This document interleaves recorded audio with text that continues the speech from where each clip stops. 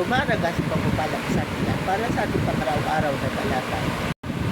Tayo ngayon ay nasa Exodus Kapitulo 22 sa versikulo 25 hanggang 27. Kapag nangutang sa inyo ang mga kababayan ninyong may hirap, huwag kayong hihingi ng tubo tulad ng ginagawa ng mga osorero. Kapag may nagsanla sa inyo ng balabal, ibalik ninyo iyon sa kanya bago lumubog ang araw, sapagkat iyon lamang ang pambalot niya sa katawan. Wala siyang kukumutin sa pagtulog. Kapag siya'y dumain sa akin, diringgin ko siya sapagkat ako'y mahabagin. So, ang passage nito ay tungkol dun sa Old Testament law or rule, patungkol sa pagpapautang sa mga mahihirap.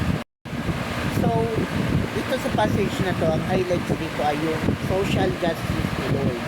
So, kumbaga, our God is a sensitive God. Alam niya kung anong pinagdadaanan ng mga mahihirap. At syempre, tayong may mga mayayaman, dapat maging sensitive din tayo. Diba? Kasi pinagyaman tayo ni Lord kasi kailangan tayong gamitin ni Lord para sa kanila. Diba? Our God is a sensitive giver and a sensitive provider. Kaya tayo mga anak niya, dapat maging sensitive din tayo sa ating mga kapitbahay o mga kapatid sa pananampalataya. Kung nangangailangan sila o kung nagdarahon sila. At syempre tayo ang gagamitin ni Lord para sa kanila. So, syempre, nakakaya naman baga na Kristiyano ka na sa unbeliever pa talaga hihingi ng tulong yung mga kapwa mo Kristiyano. So, baga,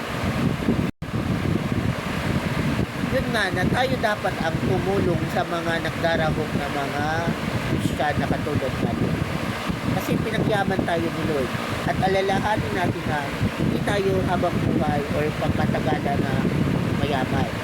There might be a period of time na ibababa rin tayo ni Lord para na malaranasan natin kung ano nararanasan nila. So, huwag niyong hintayin na mangyari yun.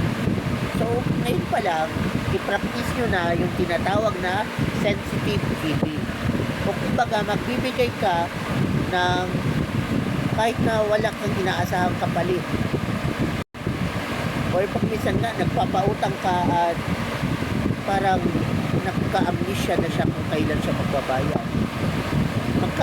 Magpapag na nun pa man, asahan mo na ang Diyos at tutulog sa'yo. Hanggat tama ang ginagawa mo, di ba?